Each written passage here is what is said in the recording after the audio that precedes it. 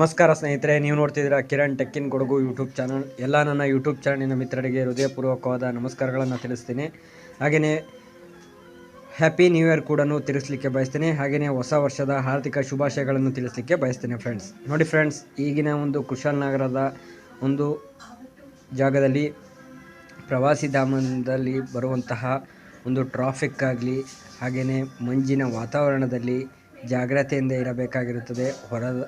ಒಂದು ಪ್ರದೇಶಗಳಿಂದ ಬರುವಂಥವರು, ಹಾಗೆಯೇ ಟ್ರಾಫಿಕ್ನಲ್ಲಿ ಬೈಕನ್ನು ನಿಧಾನವಾಗಿ ಓಡಿಸುವಂತಹ, ಹಾಗೆಯೇ ಹೆಲ್ಮೆಟನ್ನು ಧರಿಸಿ ಓಡಿಸುವಂತಹ ಒಂದು ಪದ್ಧತಿಯನ್ನು ಇಟ್ಕೊಳ್ಳಿ ಅಂತಲೇ ಈ ಒಂದು ವಿಡಿಯೋದಲ್ಲಿ ಕೇಳಲಿಕ್ಕೆ ಬಯಸ್ತೇನೆ.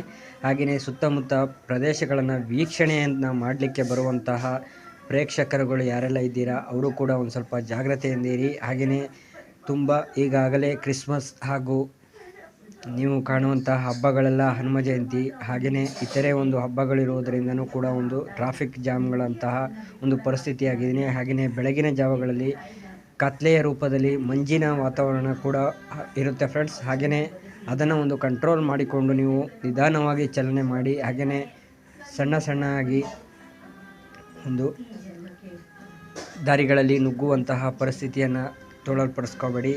ಹಾಗೆಯೇ ಮಂಜಿನ ರೂಪದಲ್ಲಿ ಇರುವಾಗ ಓವರ್ಟೇಕ್ ಮಾಡುವಂತಹ ಗಾಡಿಗಳನ್ನು ನಿಧಾನ ರೀತಿಯಲ್ಲೇ ಓಡಿಸಿ ಅಂತಲೂ ಕೂಡ ಕೇಳಲಿಕ್ಕೆ ಬಯಸ್ತೇನೆ.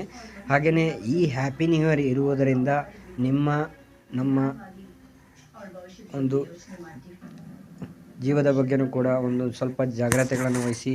ಎಲ್ಲೆಲ್ಲಿಂದನೋ ಪ್ರವಾಸಿ ಧಾಮಂದಿರು ಬಂದಿರ್ತೀರ, ಆ ಒಂದು ಉದ್ದೇಶದಿಂದ ಈ ಒಂದು ವಿಡಿಯೋವನ್ನು ಮಾಡ್ತಾ ಇದ್ದೇನೆ. ಹಾಗೆಯೇ ಟ್ರಾಫಿಕ್ ಕಂಟ್ರೋಲರು ಕೂಡ ಇದೆ. ಹಾಗೆಯೇ ಓವರ್ಟೇಕ್ ಮಾಡುವುದಾಗಲಿ ಅಥವಾ ಇತರೆ ಒಂದು.